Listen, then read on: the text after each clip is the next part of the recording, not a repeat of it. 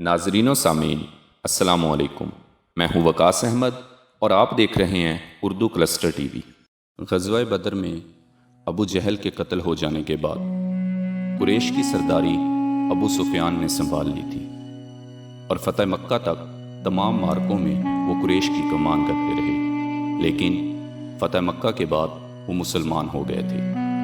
مسلمان ہونے کے بعد حضرت ابو سفیان رضی اللہ تعالی عنہ اپنے دور جاہلیت کے واقعات سنایا کرتے تھے۔ انہی میں سے ایک واقعہ حضرت عبداللہ بن عباس رضی اللہ تعالیٰ عنہ نے ان سے روایت کیا ہے، اور امام بخاری رحمۃ اللہ علیہ نے صحیح بخاری کے پہلے باب میں اسے نقل کیا ہے۔ یہ اس دور کی بات ہے جب جناب نبی اکرم صلی اللہ علیہ وآلہ وسلم اور قریش مکہ کے درمیان حدیبیہ میں 10 سال تک آپس میں جنگ نہ کرنے کا معاہدہ ہو چکا تھا، اور عارضی مصالحت کے اس دور میں جہاں جناب نبی اکرم صلی اللہ علیہ وآلہ وسلم مختلف علاقوں کے حکمرانوں اور بادشاہوں کو اسلام کی دعوت کے خطوط بھجوا رہے تھے، وہاں مکہ کے قریشی بھی تجارت کے لیے آزادانہ گھوم پھر رہے تھے۔ رسول اکرم صلی اللہ علیہ وآلہ وسلم نے اس وقت کی ایک بڑی بلکہ سب سے بڑی سلطنت رومن ایمپائر کے حکمران ہرقل کو بھی، جو کیسر روم کہلاتا تھا، دعوت اسلام کا خط بھجوایا۔ یہ خط حضرت دحیہ کلبی رضی اللہ تعالیٰ عنہ لے کر گئے۔ شام اس دور میں رومی سلطنت کا حصہ تھا، اور کیسر روم شام کے دورے پر ایلیا میں آیا ہوا تھا، جبکہ جناب ابو سفیان بھی ایک تجارتی قافلہ کے ساتھ وہیں قیام پذیر تھے۔ حضرت صلی اللہ علیہ وآلہ وسلم کا ہرقل کے نام خط لے کر حضرت دحیہ کلبی رضی اللہ تعالی عنہ وہاں پہنچے۔ ہرقل کو اطلاع دی گئی کہ حجاز سے ایک قاصد آیا ہوا ہے جو نئے نبی حضرت محمد صلی اللہ علیہ وآلہ وسلم کا خط اسے پیش کرنا چاہتا ہے۔ ہرقل نے خط وصول کرنے سے قبل حضور صلی اللہ علیہ وآلہ وسلم کے بارے میں معلومات حاصل کرنا ضروری سمجھا، اور اپنے اہلکاروں سے کہا کہ ان کے علاقے سے اگر کچھ لوگ یہاں آئے ہوں تو انہیں میرے پاس لایا جائے، تاکہ میں ان سے اس نئے نبی کے بارے میں دریافت کر سکوں۔ سرکاری کارندوں نے جناب ابو سفیان کو ڈھونڈ نکالا اور انہیں کیسر روم کے دربار میں پیش کر دیا۔ اس کے گرد روم کے بڑے بڑے لوگ یعنی علماء و وزراء و عمرہ بیٹھے ہوئے تھے۔ ہرقل نے ان کو اور اپنے ترجمان کو بلوایا، پھر ان سے پوچھا کہ تم میں سے کون شخص مدعی رسالت کا زیادہ قریبی عزیز ہے؟ ابو سفیان کہتے ہیں کہ میں بول اٹھا کہ میں اس کا سب سے زیادہ قریبی رشتہ دار ہوں۔ یہ سن کر ہرقل نے حکم دیا کہ اس کو میرے قریب لا کر بٹھاؤ اور اس کے ساتھیوں کو اس کی پیٹھ کے پیچھے بٹھا دو۔ پھر اپنے ترجمان سے کہا کہ ان لوگوں سے کہہ دو کہ میں ابو سفیان سے اس شخص کے یعنی محمد صلی اللہ علیہ وآلہ وسلم کے حالات پوچھتا ہوں۔ اگر یہ مجھ سے کسی بات میں جھوٹ بول دے تو تم اس کا جھوٹ ظاہر کر دینا۔ ابو سفیان کا قول ہے کہ اللہ کی قسم، اگر مجھے یہ غیرت نہ آتی کہ یہ لوگ مجھ کو جھٹلائیں گے تو میں آپ صلی اللہ علیہ وآلہ وسلم کی نسبت ضرور غلط گوئی سے کام لیتا۔ خیر، پہلی بات جو ہرقل نے مجھ سے پوچھی وہ یہ کہ اس شخص کا خاندان تم لوگوں میں کیسا ہے؟ میں نے کہا وہ تو بڑے اونچے عالی نسب والے ہیں۔ کہنے لگا اس سے پہلے بھی کسی نے تم لوگوں میں ایسی بات کہی تھی؟ میں نے کہا نہیں۔ کہنے لگا اچھا اس کے بڑوں میں کوئی بادشاہ ہوا ہے؟ میں نے کہا نہیں۔ پھر اس نے کہا بڑے لوگوں نے اس کی پیروی اختیار کی ہے یا کمزوروں نے؟ میں نے کہا کمزوروں نے۔ پھر کہنے لگا اس کے تابع دار روز بڑھتے جاتے ہیں یا کوئی ساتھی پھر بھی جاتا ہے؟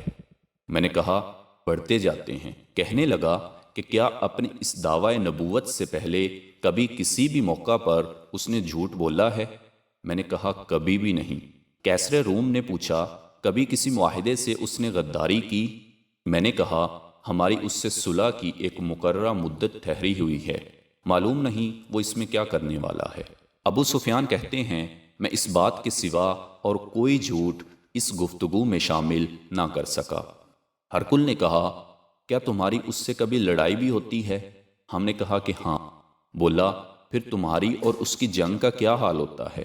میں نے کہا لڑائی ڈول کی طرح ہے، کبھی وہ ہم سے میدان جنگ جیت لیتے ہیں اور کبھی ہم ان سے جیت لیتے ہیں۔ ہرکل نے پوچھا وہ تمہیں کس بات کا حکم دیتا ہے؟ میں نے کہا وہ کہتا ہے کہ صرف ایک اللہ ہی کی عبادت کرو، اس کا کسی کو شریک نہ بناؤ اور اپنے باپ دادا کی شرک کی باتیں چھوڑ دو، اور ہمیں نماز پڑھنے، سچ بولنے، پرہیزگاری اور صلح رحمی کا حکم دیتا ہے۔ یہ سب سن کر پھر ہرکل نے اپنے ترجمان سے کہا کہ ابو سفیان سے کہہ دے کہ میں نے تم سے اس کا نسب پوچھا تو تم نے کہا کہ وہ ہم میں عالی نسب ہے، اور پیغمبر اپنی قوم میں عالی نسب ہی بھیجے جایا کرتے ہیں۔ میں نے تم سے پوچھا کہ دعوی نبوت کی یہ بات تمہارے اندر اس سے پہلے کسی اور نے بھی کہی تھی؟ تو تم نے جواب دیا کہ نہیں۔ تب میں نے اپنے دل میں کہا کہ اگر یہ بات اس سے پہلے کسی نے کہی ہوتی تو میں سمجھتا کہ اس شخص نے بھی اسی بات کی تقلید کی ہے جو پہلے کہی جا چکی ہے۔ میں نے تم سے پوچھا کہ اس کے بڑوں میں کوئی بادشاہ بھی گزرا ہے؟ تم نے کہا کہ نہیں۔ تو میں نے دل میں کہا کہ ان کے بزرگوں میں سے کوئی بادشاہ ہوا ہوگا تو کہہ دوں گا کہ وہ شخص اس بہانہ اپنے آباء و اجداد کی بادشاہت اور ان کا ملک دوبارہ حاصل کرنا چاہتا ہے۔ اور میں نے تم سے پوچھا کہ اس بات کے کہنے یعنی پیغمبری کا دعویٰ کرنے سے پہلے تم نے کبھی اس کو دروغ گوئی کا الزام لگایا ہے؟ تم نے کہا کہ بالکل نہیں۔ تو میں نے سمجھ لیا کہ جو شخص آدمیوں کے ساتھ دروغ گوئی سے بچے وہ اللہ کے بارے میں کیسے جھوٹی بات کہہ سکتا ہے۔ اور میں نے تم سے پوچھا کہ بڑے لوگ اس کی پیروی کرتے ہیں یا کمزور آدمی؟ تم نے کہا کمزوروں نے اس کی اتباع کی ہے۔ تو دراصل یہی لوگ پیغمبروں کے وارث ہوتے ہیں۔ اور میں نے تم سے پوچھا کہ اس کے ساتھی بڑھ رہے ہیں یا کم ہو رہے ہیں؟ تم نے کہا کہ وہ بڑھ رہے ہیں، اور ایمان کی کیفیت یہی ہوتی ہے حتیٰ کہ وہ کامل ہو جاتا ہے۔ اور میں نے تم سے پوچھا کہ آیا کوئی شخص اس کے دین سے ناخوش ہو کر مرتد بھی ہو جاتا ہے؟ تم نے کہا نہیں۔ تو ایمان کی خاصیت بھی یہی ہے جن کے دلوں میں اس کی مسرت رچ بس جائے وہ اس سے لوٹا نہیں کرتے۔ اور میں نے تم سے پوچھا کہ آیا وہ کبھی وعدہ شکنی کرتے ہیں؟ تم نے کہا نہیں۔ پیغمبروں کا یہی حال ہوتا ہے، وہ وعدہ کی خلاف ورزی نہیں کرتے۔ اور میں نے تم سے کہا کہ وہ تم سے کس چیز کے لیے کہتے ہیں؟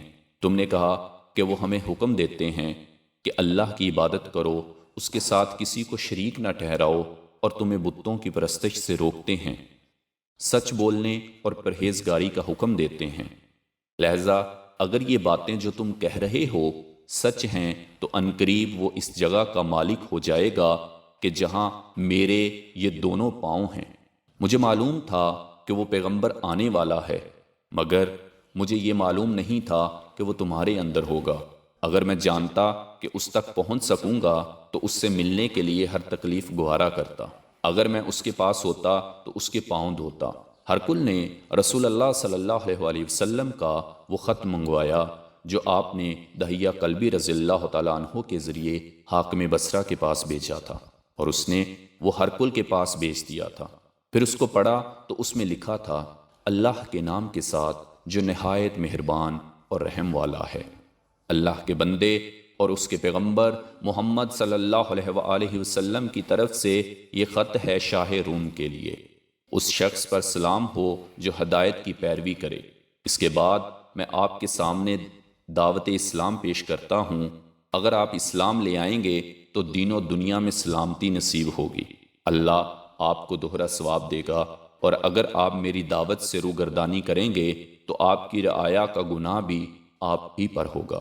اور اے اہل کتاب، ایک ایسی بات پر آ جاؤ جو ہمارے اور تمہارے درمیان یکساں ہے، وہ یہ کہ ہم اللہ کے سوا کسی کی عبادت نہ کریں اور کسی کو اس کا شریک نہ ٹھہرائیں، اور نہ ہم میں سے کوئی کسی کو اللہ کے سوا اپنا رب بنائے۔ پھر اگر وہ اہل کتاب اس بات سے منہ پھیر لیں تو مسلمانوں، تم ان سے کہہ دو کہ تم مانو یا نہ مانو، ہم تو ایک اللہ کے اطاعت گزار ہیں۔ ابو سفیان کہتے ہیں جب ہرکل نے جو کچھ کہنا تھا کہہ دیا اور خط پڑھ کر فارغ ہوا، اس کے ارد گرد بہت شور شرابہ ہوا، بہت سی آوازیں اٹھیں اور ہمیں باہر نکال دیا گیا۔ تب میں نے اپنے ساتھیوں سے کہا کہ ابو کبشہ کے بیٹے یعنی نبی کریم صلی اللہ علیہ وآلہ وسلم کا معاملہ تو بہت بڑھ گیا۔ دیکھو تو اس سے بنی اسفر یعنی روم کا بادشاہ بھی ڈرتا ہے۔ مجھے اس وقت سے اس بات کا یقین ہو گیا کہ نبی کریم صلی اللہ علیہ وآلہ وسلم عنقریب غالب ہو کر رہیں گے، حتیٰ کہ اللہ نے مجھے مسلمان کر دیا۔ ابن ناطور ایلیا کا حاکم، ہرقل کا مصاحب اور شام کے نصارہ کا لاٹ پادری بیان کرتا تھا کہ ہرقل جب ایلیا آیا، ایک دن صبح کو پریشان اٹھا تو اس کے درباریوں نے دریافت کیا کہ آج ہم آپ کی حالت بدلی ہوئی پاتے ہیں، کیا وجہ ہے؟ ابن ناطور کا بیان ہے کہ ہرقل نجومی تھا، علم نجوم میں وہ پوری مہارت رکھتا تھا۔ اس نے اپنے ہم نشینوں کو بتایا کہ میں نے آج رات ستاروں پر نظر ڈالی تو دیکھا کہ ختنہ کرنے والوں کا بادشاہ ہمارے ملک پر غالب آ گیا ہے۔ بھلا اس زمانے میں کون لوگ ختنہ کرتے ہیں؟ انہوں نے کہا کہ یہود کے سوا کوئی ختنہ نہیں کرتا، ان کی وجہ سے پریشان نہ ہوں۔ سلطنت کے تمام شہروں میں یہ حکم لکھ بھیجیے کہ وہاں جتنے یہودی ہوں سب قتل کر دیے جائیں۔ وہ لوگ انہی باتوں میں مشغول تھے کہ ہرقل کے پاس ایک آدمی لایا گیا جسے شاہ غسان نے بیچا تھا۔ اس نے رسول اللہ صلی اللہ علیہ وآلہ وسلم کے حالات بیان کیے۔ جب ہرقل نے سارے حالات سن لیے تو کہا کہ جا کر دیکھو وہ ختنہ کیے ہوئے ہے یا نہیں۔ انہوں نے اسے دیکھا تو بتلایا کہ وہ ختنہ کیے ہوئے ہے۔ ہرقل نے جب اس شخص سے عرب کے بارے میں پوچھا تو اس نے بتلایا کہ وہ ختنہ کرتے ہیں۔ تب ہرقل نے کہا کہ یہی محمد صلی اللہ علیہ وآلہ وسلم اس امت کے بادشاہ ہیں جو پیدا ہو چکے ہیں۔ پھر اس نے اپنے ایک دوست کو رومیہ خط لکھا اور وہ بھی علم نجوم میں ہرقل کی طرح ماہر تھا۔ پھر وہاں سے ہرقل حمص چلا گیا۔ ابھی حمص سے نکلا نہیں تھا کہ اس کے دوست کا خط اس کے جواب میں آ گیا۔ اس کی رائے بھی نبی کریم صلی اللہ علیہ وآلہ وسلم کے ظہور کے بارے میں ہرقل کے موافق تھی کہ محمد صلی اللہ علیہ وآلہ وسلم واقعی پیغمبر ہیں۔ اس کے بعد ہرقل نے روم کے بڑے آدمیوں کو اپنے حمص کے محل میں طلب کیا اور اس کے حکم سے محل کے دروازے بند کر لیے گئے۔ پھر وہ اپنے خاص محل سے باہر آیا اور کہا، اے روم والو، کیا ہدایت اور کامیابی میں کچھ حصہ تمہارے لیے بھی ہے؟ اگر تم اپنی سلطنت کی بقا چاہتے ہو تو پھر اس نبی کی بیعت کر لو اور مسلمان ہو جاؤ۔ یہ سننا تھا کہ پھر وہ لوگ وحشی گدوں کی طرح دروازوں کی طرف دوڑے، مگر انہیں بند پایا۔ آخر جب ہرقل نے اس بات سے ان کی یہ نفرت دیکھی اور ان کے ایمان لانے سے مایوس ہو گیا تو کہنے لگا کہ ان لوگوں کو میرے پاس لاؤ۔ جب وہ دوبارہ آئے تو اس نے کہا، میں نے جو بات کہی تھی اس سے تمہاری دینی پختگی کی آزمائش مقصود تھی، تو وہ میں نے دیکھ لی۔ تب یہ بات سن کر وہ سب کے سب اس کے سامنے سجدے میں گر پڑے اور اس سے خوش ہو گئے۔ بالآخر ہرقل کی آخری حالت یہی رہی، حتیٰ کہ اسے موت نے آ لیا اور وہ حالت کفر میں ہی دنیا سے رخصت ہوا۔ ناظرین، ہماری آج کی یہ ویڈیو یہیں تک تھی۔ اگلی ویڈیو تک کے لیے دیجیے اجازت۔ اللہ آپ کا اور ہمارا حامی و ناصر ہو۔ امید ہے آپ کو یہ ویڈیو پسند آئی ہوگی۔ اگر ویڈیو اچھی لگے تو ویڈیو کو لائک کریں اور چینل کو سبسکرائب کریں۔ شکریہ۔